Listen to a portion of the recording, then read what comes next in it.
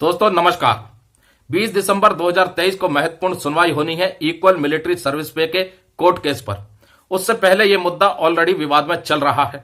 अलग अलग लोगों के अलग अलग तथ्य सामने आ रहे हैं, अलग अलग सुझाव आ रहे हैं, विचार आ रहे हैं। आखिरकार मिलिट्री सर्विस पे जेसी और जवानों को सबसे कम क्यों दी जा रही है? सबसे बड़ा सवाल यही जहन में आता है।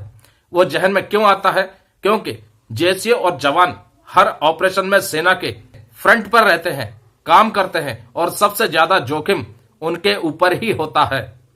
किसी भी तरह की परिस्थितियों में उनका ऑपरेशन चल रहा हो, हर परिस्थिति में जोखिम देखा जाए तो सैनिकों के लिए सबके लिए बराबर है, या यूं कह लें निचले क्रम के सैनिकों के लिए ज्यादा है, क्योंकि वो आगे रह करके ऑपरेशन को अंजाम देते हैं।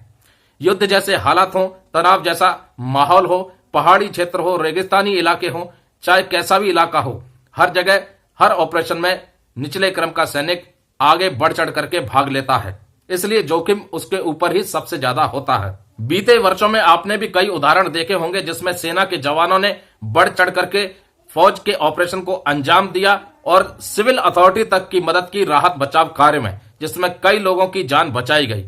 ऐसे में सवाल यह खड़ा होता है, आखिरकार ये जो निचले क्रम के सैनिक हैं, इन्हीं को मिलिट्री सर्विस पे सबसे कम क्यों? और मिलिट्री नर्सिंग ऑफिसर्स को मिलिट्री सर्विस पे दुगनी देना जेसी और जवानों से सवाल खड़े कर रही है। यानी 5,200 अगर जेसी और जवानों को मिल रहे हैं तो 10,000 के ऊपर मिलिट्री नर्सिंग ऑफिसर्स को मिल रहे हैं। और इतना ही नहीं, मांग तो यह है कि जो मिलिट्री सर्विस पे है वो अधिकारी रैंक के बराबर मिलनी चाहिए, 15,500। और उसी मुद्दे पर दिल्ली हाईकोर्ट में महत्वपूर्ण सुनवाई 20 तारीख को होनी है। दोस्तों, जिस प्रकार से तथ्य रखे गए हैं, आर्ग्यूमेंट पेश किए गए हैं और वकीलों के जो जवाब आए हैं इस मुद्दे पर, उनके जो पॉइंट आए थे, अपनी अपनी टिप्पणी आई हैं, उससे पूरी तरह से अनुमान लगा सकते हैं कि यह मुद्दा निचले क्रम के सैनिकों के पक्ष में जरूर जाएगा। इस केस में बहुत से आर्गुमेंट और तथ्य जेसी और जवानों को फेवर कर रहे हैं, क्योंकि सबसे ज्यादा जोखिम उन्हीं के पास है और सभी जोखिमों को ध्यान में रखते हुए मिलिट्री सर्विस पे हर रैंक की बराबर होनी चाहिए। और मिलिट्री नर्सिंग ऑफिसर्स की मिलिट्री सर्विस पे पर भी सवाल खड़ा होता है कि वो कम्बाटेंट नहीं है, उन्हें हथियार ऑथराइज नहीं है, उनकी फील्ड में पोस्टिंग्स होती नहीं है, उनकी कम्बाटेंट जैसी फिजिकल एक्टिविटी होती नहीं है। ये एक बहुत बड़ा सवाल है और कहीं ना कहीं ये एक बहुत बड़ी डिस्क्रिमिनेशन है पे कमीशन के माध्यम से जो सरकार ने अप्रूव की।